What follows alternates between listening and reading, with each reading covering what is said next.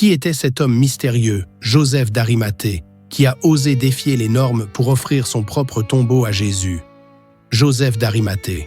Ce nom peut sembler secondaire dans les récits bibliques, mais son acte courageux résonne encore aujourd'hui. Membre influent du Sanhédrin et riche propriétaire, Joseph d'Arimathée a pris une décision qui a changé l'histoire. Il a donné son propre tombeau, un lieu prévu pour lui-même, pour y accueillir le corps de Jésus après sa crucifixion. Mais pourquoi a-t-il agi ainsi? Que savons-nous de lui et quel message puissant cet acte peut-il transmettre à notre propre foi aujourd'hui? Avant de plonger dans cette histoire fascinante, prenez un instant pour liker cette vidéo et vous abonner à notre chaîne.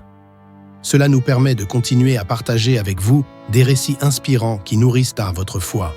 Et restez avec nous jusqu'à la fin, car cette histoire vous révélera comment le courage et la foi d'un homme ont marqué à jamais l'histoire du christianisme. Joseph d'Arimathée venait d'une ville appelée Arimathée, mentionnée dans les Écritures comme située en Judée. Bien qu'elle soit peu connue aujourd'hui, cette ville a donné naissance à un homme dont la foi silencieuse et les actes ont résonné à travers les âges. Joseph était riche, influent et respecté. Un homme dont le statut social aurait pu le placer bien loin des humbles disciples de Jésus. Et pourtant, il croyait. Il attendait le royaume de Dieu et voyait en Jésus l'accomplissement des promesses divines. Pour comprendre pleinement son histoire, il est essentiel de connaître le contexte dans lequel Joseph vivait. Le Sanhédrin, dont il était membre, représentait la plus haute autorité religieuse et politique juive. Ces hommes, souvent en opposition avec Jésus, voyaient ses enseignements comme une menace pour leur tradition et leur pouvoir. Être un disciple de Jésus dans un tel environnement signifiait risquer l'exclusion, la honte publique et même des représailles. Pourtant, Joseph croyait en secret, priant et espérant silencieusement que le royaume promis par Jésus se manifesterait. Les évangiles décrivent Joseph comme un homme juste et pieux, en attente du royaume de Dieu. Ce n'était pas un simple spectateur de la foi, il était un homme actif dans sa recherche de la vérité divine. Mais il vivait un dilemme. Comment concilier sa foi en Jésus avec son rôle au sein du Sanhédrin, un groupe qui, à maintes reprises, avait cherché à faire taire le Messie? Le moment décisif pour Joseph arriva après la crucifixion de Jésus. Imaginez l'atmosphère, une obscurité couvrant la terre, des disciples désorientés, des espoirs brisés. Jésus, celui en qui ils avaient à placer leur foi, avait été mis à mort comme un criminel. Pourtant, dans ce moment de désespoir, Joseph prit une décision audacieuse. Il alla voir Pilate, le gouverneur romain, et lui demanda le corps de Jésus. Ce geste, simple en apparence, était en réalité un acte de foi et de courage exceptionnel. En demandant le corps de Jésus, Joseph se mettait en danger. Il risquait non seulement de perdre sa position sociale, mais aussi de devenir lui-même une cible pour les autorités. Mais il savait que Jésus méritait plus que l'humiliation d'être enterré dans une fosse commune. Il méritait honneur et respect.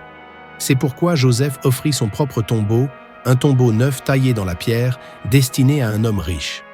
Ce tombeau, choisi par Joseph, avait une signification profonde. Il accomplissait la prophétie d'Ésaïe. On a mis son sépulcre parmi les méchants, son tombeau avec le riche. Ésaïe 53:9. En offrant cet endroit, Joseph participait, consciemment ou non, à l'accomplissement des Écritures. Il démontrait par ses actes que même dans les moments les plus sombres, la foi peut illuminer le chemin. Mais l'histoire de Joseph ne s'arrête pas là. Le tombeau qu'il a offert est devenu un symbole central du christianisme. Ce tombeau, destiné à être le lieu de repos final de Jésus, est devenu le lieu où le miracle de la résurrection a été proclamé.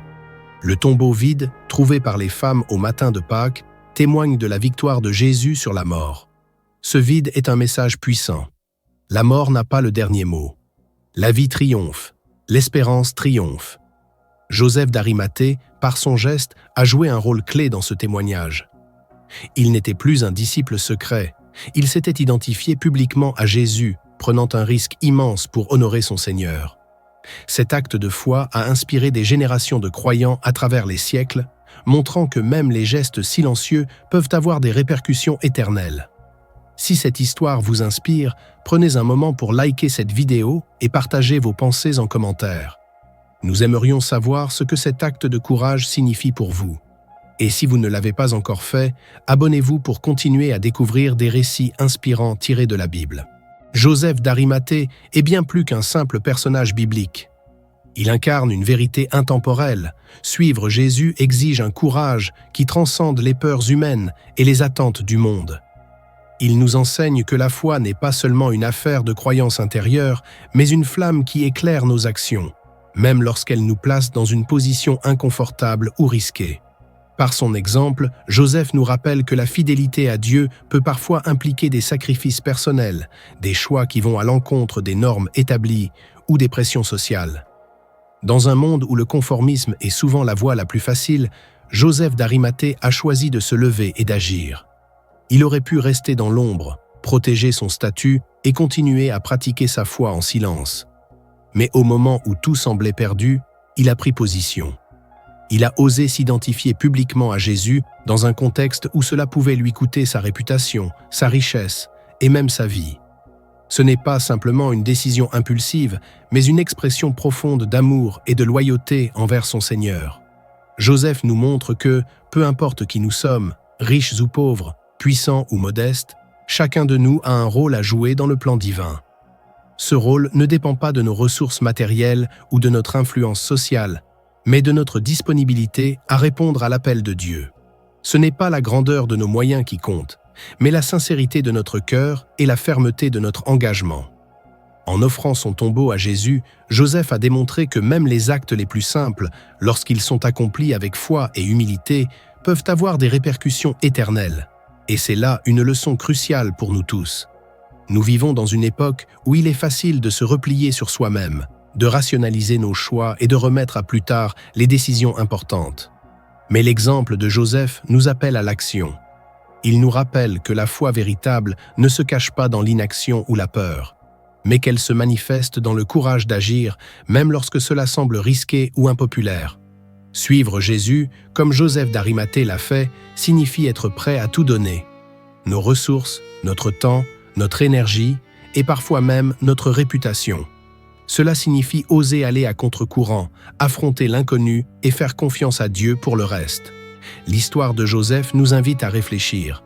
Qu'avons-nous à offrir pour le royaume de Dieu? Joseph d'Arimathée n'a peut-être pas prêché de grandes foules.